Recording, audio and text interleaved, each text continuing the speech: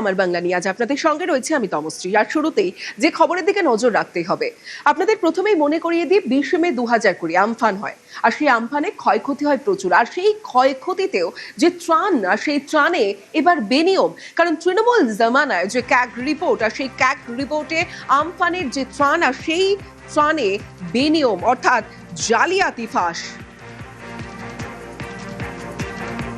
গরমিল ত্রাণের যে হিসেব, ক্ষয়ক্ষতি তৃণমূল জামানার ক্ষয়ক্ষতি ত্রাণের হিসেবে গরমিল, আমফানে ত্রাণ অনুদান ক্ষয়ক্ষতির হিসেবে গরমিল। রাজ্যে ক্ষমতায় বিজেপি এবং তারা ক্ষমতায় আসার পর রাজ্য বিধানসভার অভ্যন্তরে সিএজি নিয়ে যে রিপোর্ট তারা ইতিমধ্যেই জমা করেছে এবং সেই সিএজি রিপোর্ট নিয়ে তারা আলোচনাও করবে বিধানসভার অধিবেশনে। তৃণমূল কংগ্রেসের নেতৃত্বাধীন সরকার আমফান ঘূর্ণিঝড়ের সময় যে পরিমাণ অর্থ সাহায্য পাওয়া গিয়েছিল, সেই আমফান দুর্নীতির তদন্তে ঠিক কি কি ঘটেছিল তার পুঙ্খানুপুঙ্খ বিবরণ সিএজির তরফ থেকে রিপোর্টে উল্লেখ করে দেওয়া হয়েছে। তবে সেই রিপোর্ট দেখার পর প্রশাসনিক আধিকারিকদের একাংশ বলছেন এ তো হিমশৈল, তার মাত্র চূড়া। এখনো পর্যন্তের ভেতরে যদি প্রবেশ করতে পারা যায় তাহলে দেখা যাবে আরো একাধিক ক্ষেত্রে এই দুর্নীতি কিভাবে রন্ধ্রে রন্ধ্রে প্রবেশ করেছিল তার খোঁজ পাওয়া যাবে। একাধিক ভুয়ো অ্যাকাউন্ট চিহ্নিত করা হয়েছে, প্রায় 125 কোটি 7 লক্ষ টাকা এই ভুয়ো অ্যাকাউন্টগুলিতে পাঠানো হয়েছিল। দ্বিতীয়ত, যাদের বাড়ি সম্পূর্ণ ক্ষতিগ্রস্ত এবং আংশিক ক্ষতিগ্রস্ত তাদের 20,000 টাকা করে দেওয়ার কথা বলা হয়। পরবর্তী সময় দেওয়া হয় ক্ষতিগ্রস্তদের 20 এবং আংশিক ক্ষতিগ্রস্তদের 5,000 টাকা দেওয়া হয়। তবে এই নীতিতে কেন বদল করা হয়েছিল তার কোনো উল্লেখ সিএজি অন্তত তাদের যে রিপোর্ট সেই রিপোর্টে উল্লেখ করতে পারেনি। তার কারণ রাজ্য সরকার কেন এই নীতি বদল করেছিল তার কোনো যুক্তিযুক্ত তথ্য প্রমাণ সিএজিকে তারা দিয়ে উঠতে পারেনি। সেই সময় বহু ক্ষেত্রে প্রাপ্য অর্থ কেন্দ্রের কাছ থেকে যা ঘূর্ণিঝড়ে ক্ষতিগ্রস্ত ব্যক্তিদের পাওয়ার কথা তা অন্য বিভাগের খাতে খরচ করা হয়েছে।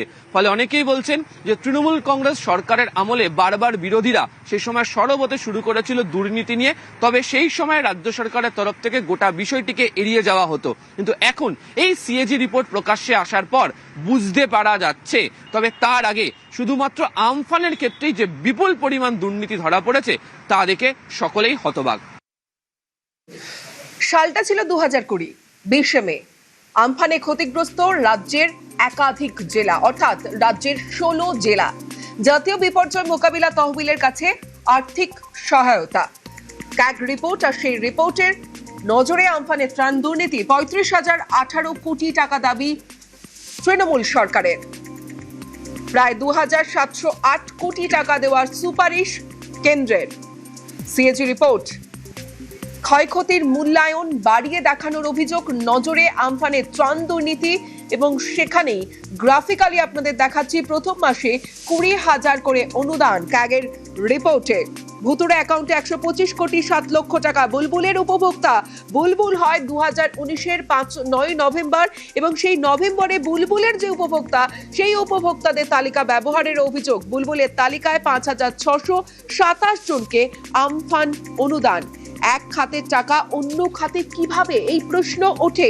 দোষী হলে কাউকে ছাড় নয়, প্রাক্তন মুখ্যমন্ত্রীকেও রেয়াত নয়, আগেই হুঁশিয়ারি দিয়েছেন মুখ্যমন্ত্রী শুভেন্দু অধিকারী। আরো বেশ কিছু তথ্য আছে, আমরা প্রয়োজন মতো সেগুলো প্রকাশ করব। যেমন আমফানের ক্যাগ রিপোর্ট, যেমন কোভিডে মেডিকেল ইকুইপমেন্ট পারচেজ রিপোর্ট, সব তথ্য আমার কাছে আছে। তথ্য আমি বের করেছি, পাবলিক ডোমেনে আসা উচিত, বিধানসভার টেবিলে আসা উচিত, এবং আপনারা যা যা ধ্বংস এখানে করে গেছেন এটা পশ্চিমবঙ্গের লোককে জানানোর দায়িত্ব আমাদের সকলের। আমরা সে কাজটা করব।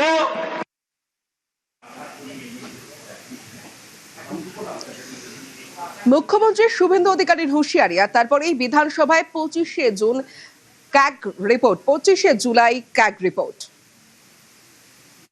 গত কয়েক বছর ধরে এই সিএজি রিপোর্টগুলো আমাদের বিধানসভাতে পেশ করা হয়নি। এটা একটা বড় সাংবিধানিক ল্যাপস। 28টি সিএজি রিপোর্ট পেশ করতে যাব, স্পেশাল সেশন করতে চাই এই সিএজি রিপোর্টগুলোর ডিসকাশন। সরকারের যা ত্রুটি সেগুলো সর্বজনীন রূপে মানুষের কাছে আমাদের পেশ করা একটা কর্তব্য। এই রিপোর্টগুলো হয়তো দেখে আপনারা হয়তো বুঝতে পারবেন কেন আজকে পশ্চিমবঙ্গে ডেফিসিটটা 8 লাখ কোটির বেশি।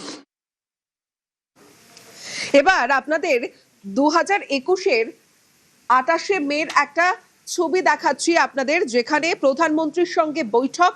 তৎকালীন মুখ্যমন্ত্রী মমতা বন্দ্যোপাধ্যায়ের আমফানের ত্রাণ নিয়ে প্রধানমন্ত্রীর সঙ্গে বৈঠকে যোগ দিয়েছিলেন তৎকালীন মুখ্যমন্ত্রী মমতা বন্দ্যোপাধ্যায়, কিন্তু বৈঠকের মাঝপথেই তৎকালীন সিএস আলাপন বন্দ্যোপাধ্যায়কে নিয়ে বৈঠক এবং পরে ক্ষোভ উগরে দিয়ে মমতা অভিযোগ করেছিলেন কেন্দ্র আমফানের টাকা দিচ্ছে না।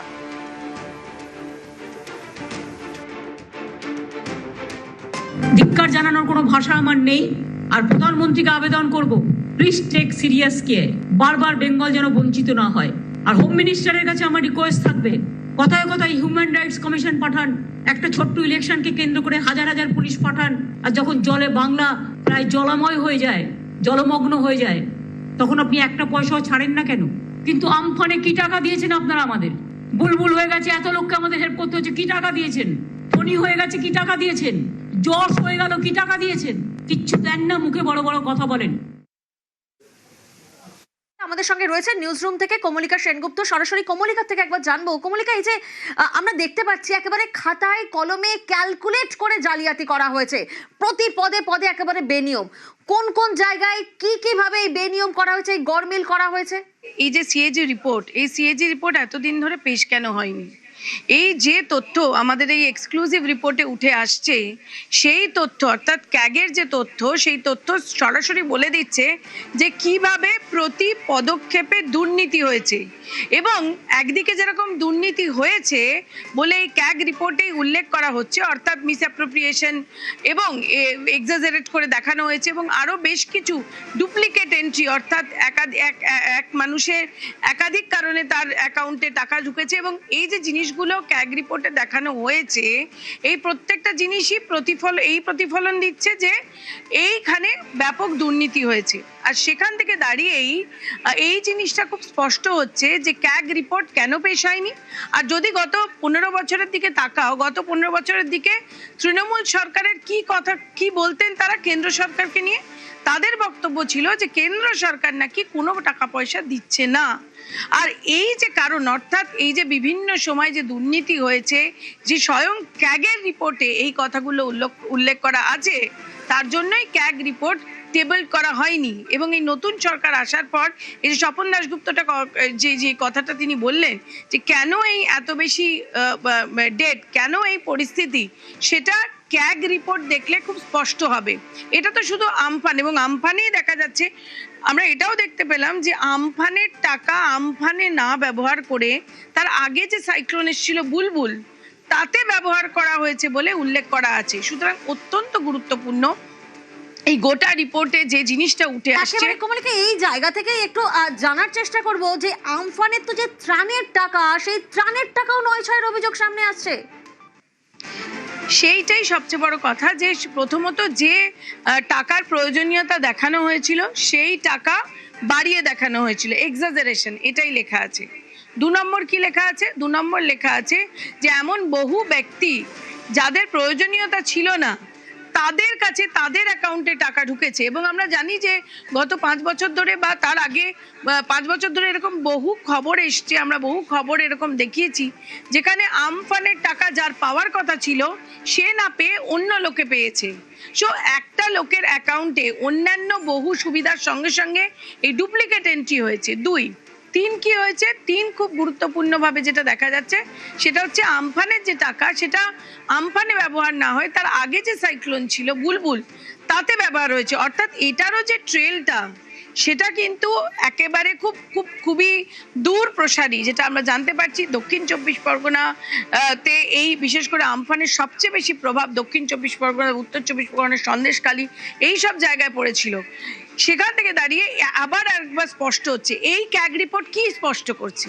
এই ক্যাগ রিপোর্ট একটা জিনিস স্পষ্ট করছে যে এই ক্যাগ রিপোর্ট কেন পেশ করা হয়নি। এই ক্যাগ রিপোর্ট এই কারণেই পেশ করা হয়নি কারণ এই ক্যাগ রিপোর্টে সে সমস্ত দুর্নীতির কথা তুলে ধরা হয়েছিল। অর্থমন্ত্রী স্বপন দাশগুপ্ত তিনি বলছেন সব সত্য মানুষের সামনে আসবে। শুনুন তার বক্তব্য। सर अम्फानेर कैग रिपोर्ट में दिखा गया है सब कि गोल्ड मिला है। विधानसभा में चर्चा होगा। স্বচ্ছতা নিয়েও প্রশ্ন উঠছে, স্বচ্ছতা দুর্নীতি এই আমফানের সবকিছু নিয়ে দুর্নীতি অনেক আছে, সেগুলো 28টি রিপোর্ট আমরা দিয়েছি, টেবিল করেছি। এখন সেগুলো সবাই পড়ে হজম করুক, তারপরে এক এক করে যা করার করব। খাদ্যমন্ত্রী অশোক কীর্তনিয়া তিনি বলছেন বাংলায় লুটপাট হয়েছে, অন্যদিকে তৃণমূল মানেই লুট। তোপ দেখেছেন বিজেপি রাজ্য সভাপতি শ্রমিক ভট্টাচার্য। আর দিলীপ ঘোষের অভিযোগ যে আসল যারা আমফানের উপভোক্তা তারা টাকা পাননি। শুনুন। লুটপাট হয়েছে, বাংলা কথা এক কথায় লুটপাট। আমফান কবে হয়ে গেছে, কি দরকার ছিল এতদিন চালু রাখার? গল্প কারা খেয়েছে লুটপাট করে গেল। সিঙ্গুরে জমি অধিগ্রহণের টাটা মমতা ব্যানার্জি সিঙ্গুরের চাষিদের এক্সট্রা বেনিফিট প্যাকেজ করে রেখে দিয়েছেন। কি দরকার ছিল? এগুলো সব বন্ধ হবে। আমফান আয়লা আমফান কবে সে প্যাকেজ এখনো চালিয়ে যাচ্ছেন আপনারা, কাদের বেনিফিটের জন্য? রাজনৈতিক নেতাদের বেনিফিটের জন্য। বিজেপির গভর্নমেন্ট পশ্চিমবঙ্গের আমজনতার বেনিফিটের জন্য কথা ভাব। কোনো রাজনৈতিক নেতার, সে বিজেপির হোক বা তৃণমূল হোক কংগ্রেস হোক, কারুর ব্যক্তি স্বার্থ চরিতার্থ করার জন্য পশ্চিমবঙ্গের আমজনতা আমাদেরকে ভোট দিয়ে পশ্চিমবঙ্গের ক্ষমতায় আনেনি। আমফানের বন্টন শুধু নয়, আমফান হোক আর রামফান হোক, একটাই ফান, সেটা হলো তৃণমূলের লুট। সর্বত্র ওরা করে গেছে, পাহাড় থেকে সাগর, কুচবিহার থেকে কাকদ্বীপ, তৃণমূলের একদলীয় একচেটিয়া এক আধিপত্য, আর তার সঙ্গে 75-25 লুট লুট লুট। সব দুর্নীতি হয়েছে, আমফান বলুন বা ফসল বীমার জন্য বা বন্যাতে যে ক্ষয়ক্ষতি হয়েছিল, ফসলের যে টাকা দেওয়া হয়েছিল, যারা পাওয়ার কথা তারা পায়নি, যাদের বাড়ি ভেঙেছিল আমফানে তারা পায়নি। অন্য লোক 20,000 টাকা আপনারাই তুলেছিলেন, যে ক্ষতিগ্রস্ত তার বাড়িতে যায়নি, প্রধান পঞ্চায়েত, তার স্ত্রী, তার ভাই, ভাইপো, ভাগ্নে তারা পেয়েছিল।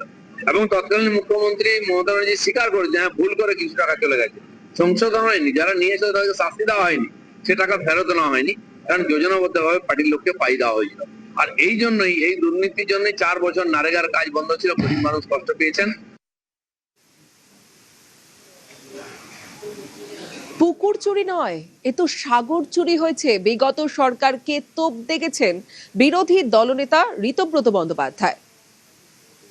যতটুকু যা দেখতে পাচ্ছি আর কি, লজ্জায় মাথা হেট হয়ে যাচ্ছে। এ তো ভয়ঙ্কর ব্যাপার। মানুষ এই সব কাণ্ডের জন্যই ধুয়ে মুছে দিয়েছেন। এবার আমরা যারা বিধানসভায় আছি আমাদের তো বলতে হবে, আমরা আলোচনা করব। কিন্তু যাকে বলে পুকুর চুরি ছোট কথা, এ তো সাগর চুরি হয়েছে। আর একটা সরকার যদি এই সাগর চুরিতে নেতৃত্ব দিয়ে থাকেন, যারা দায়িত্বে ছিলেন সমস্ত রাস্তা কিন্তু তাদের অবধি পৌঁছবে। All roads lead to Rome. এই যে আমফানে এই ভুরি ভুরি দুর্নীতি এবং এই দুর্নীতি নিয়ে বামফ্রন্টের কি বক্তব্য, সৃজন ভট্টাচার্যের সঙ্গে কথা বলেছিলেন কমলিকা সেনগুপ্ত। দেখুন। আমফানের দুর্নীতি নিয়ে বামফ্রন্টের কি বক্তব্য, সিপিএম কি করেছে? একদম রাস্তায় ছিলাম, কান্তি গাঙ্গুলি থেকে শুরু করে আমরা আমফানের সময় মানুষের সাহায্যার্থে দৌড়াদৌড়ি করেছি। অ্যাট দ্য সেম টাইম আমার যতদূর মনে পড়ছে তখনও বিধানসভা পশ্চিমবঙ্গে সুজন চক্রবর্তীরা ছিলেন। আমাদের পার্টির পক্ষ থেকে আমফানে ত্রিপল চুরি বা অন্যান্য ত্রাণ চুরির দুর্নীতি হচ্ছে, এই নিয়ে অসংখ্যবার আওয়াজ তোলা হয়েছে।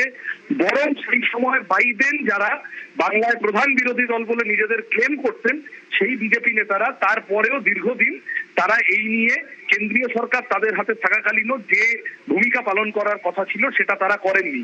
আমরা মানুষের দাবি দাওয়া নিয়ে রাস্তায় ছিলাম এবং সরকারি ত্রিপল চুরি, সরকারি ত্রাণ চুরি, সরকারি এই ইনফ্লেটেড করে দেখানো ইত্যাদি, এবং সেখান থেকে পরবর্তী পঞ্চায়েত ভোট, তারপরে যে পঞ্চায়েত ভোট হলো 2023-এর, তার টাকাটা তুলে নেওয়া তৃণমূলের পক্ষ থেকে, এই কুকীর্তিগুলো বারবার আমাদের পার্টি সামনে এনেছে। সোশ্যাল মিডিয়াতে অবশ্যই দেখা গেছে কিছু মিছিল করণীয়, এটা অবশ্যই বলা হচ্ছে না, কিন্তু যেভাবে একটা অপোজিশন বিধানসভায় সেরকম তোমাদের প্রতিনিধিত্ব ছিল না সেটাও মানছি, কিন্তু মনে হয় নাকি যেভাবে যতটা ভাবে রাস্তায় নামা উচিত ছিল সেইটা তোমরা নামোনি? সেটাই আমার প্রশ্ন।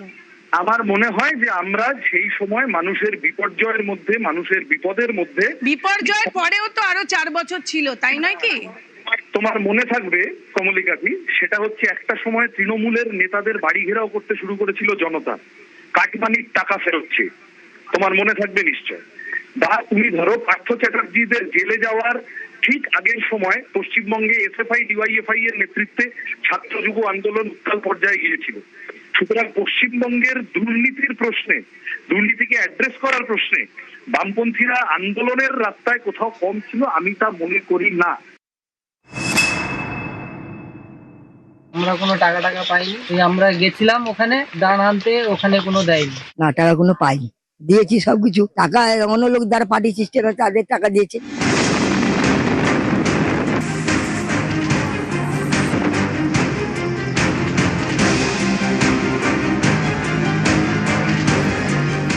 দু 2020 সালের মেঘ তাণ্ডব চালায় সাইক্লোন আমফান।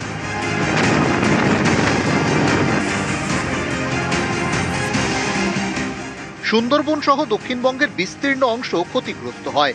অনেক জায়গায় ভেঙে পড়ে বাড়ি, উপড়ে যায় বড় বড় গাছ, চাষেও মার।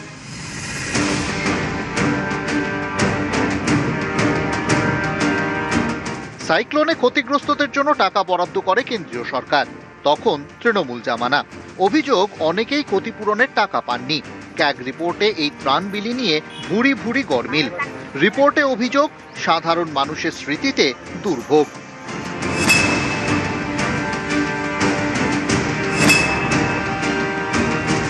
না, আমরা কোনো টাকা পাইনি, এবং যাদের কিছুই হয়নি, যাদের পাকা বাড়ি তারা পেয়েছে, এবং যাদের বরজ নেই তারাও বরজের ক্ষয়ক্ষতি পেয়েছে। ওই আমরা গেছিলাম ওখানে দান আনতে, ওখানে কোনো দেয়নি।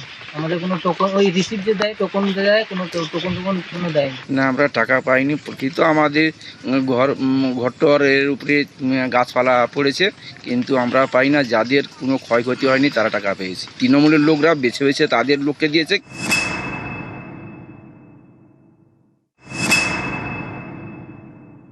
না, আমি কোনো ক্ষয়ক্ষতি পাইনি। যে আমফান ঝড় হয়েছিল, যারা টিএমসি নেতাদের সাথে ঘুরে বেড়াতো এবং তারা আত্মীয় স্বজনরা 3-4টে অ্যাকাউন্ট থেকে তারা টাকা পেয়েছে, কিন্তু আমরা কোনো কিছুতে কোনো ক্ষয়ক্ষতি পাইনি।